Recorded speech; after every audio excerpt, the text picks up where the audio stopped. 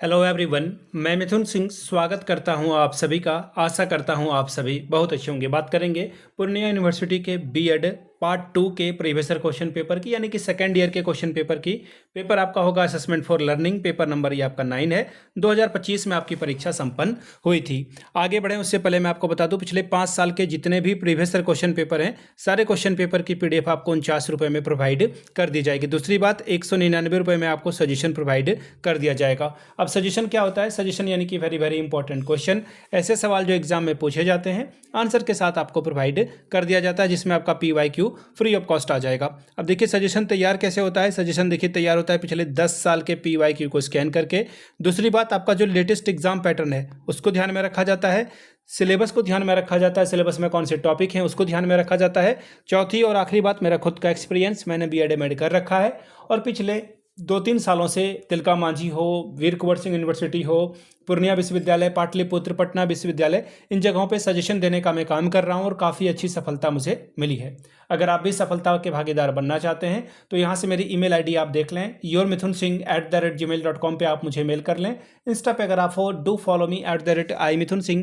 बाकी आप मुझे व्हाट्सअप कर सकते हैं 7979054474 पे। तो चलिए असेसमेंट फॉर लर्निंग के क्वेश्चन पेपर को देखते हैं कि किस तरह का सवाल यहाँ पर पूछा गया था। यहाँ से आप देख पाएंगे ये रहा आपका पेपर बीएड पार्ट 2 यानी कि सेकंड ईयर का पेपर। पेपर का नाम था assessment for learning. Paper number ये आपका 9 है। 3 घंटे का वक्त मिला था। मैक्सिमम 80 नंबर आप यहाँ से ला सकते थे। कुछ कंडीशन है, वो कंडीशन क्या है भाई?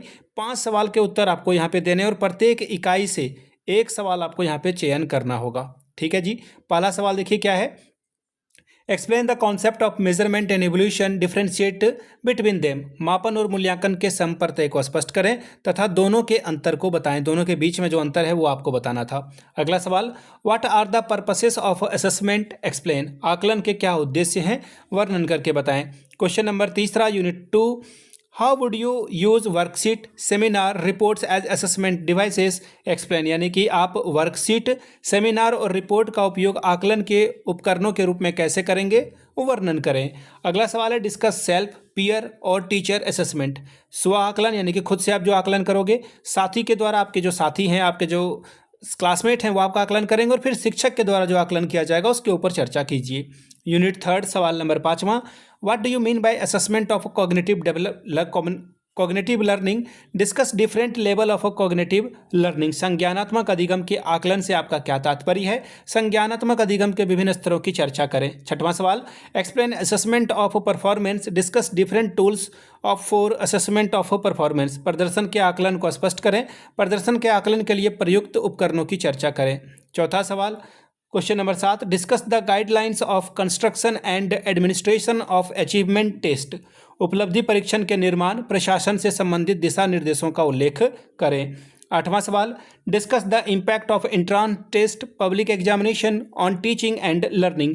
प्रवेश परीक्षण, सार्वजनिक परीक्षा के शिक्षण और अधिगम पर पड़ने वाले प्रभावों की चर्चा करें। यूनिट 5 सवाल नंबर 9, explain the usages of question bank. प्रश्न संग्रह के उपयोग की व्याख्या करें।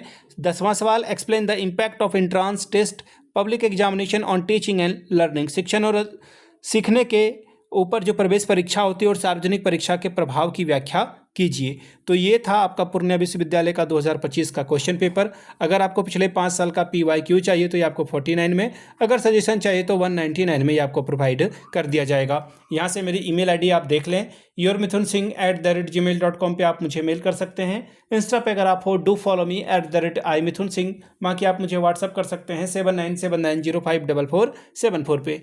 वीडियो को आपने यहाँ तक देखा, प्यार दिया, इसके लिए आप सभी का बहुत बहुत शुक्रिया। Have a good day.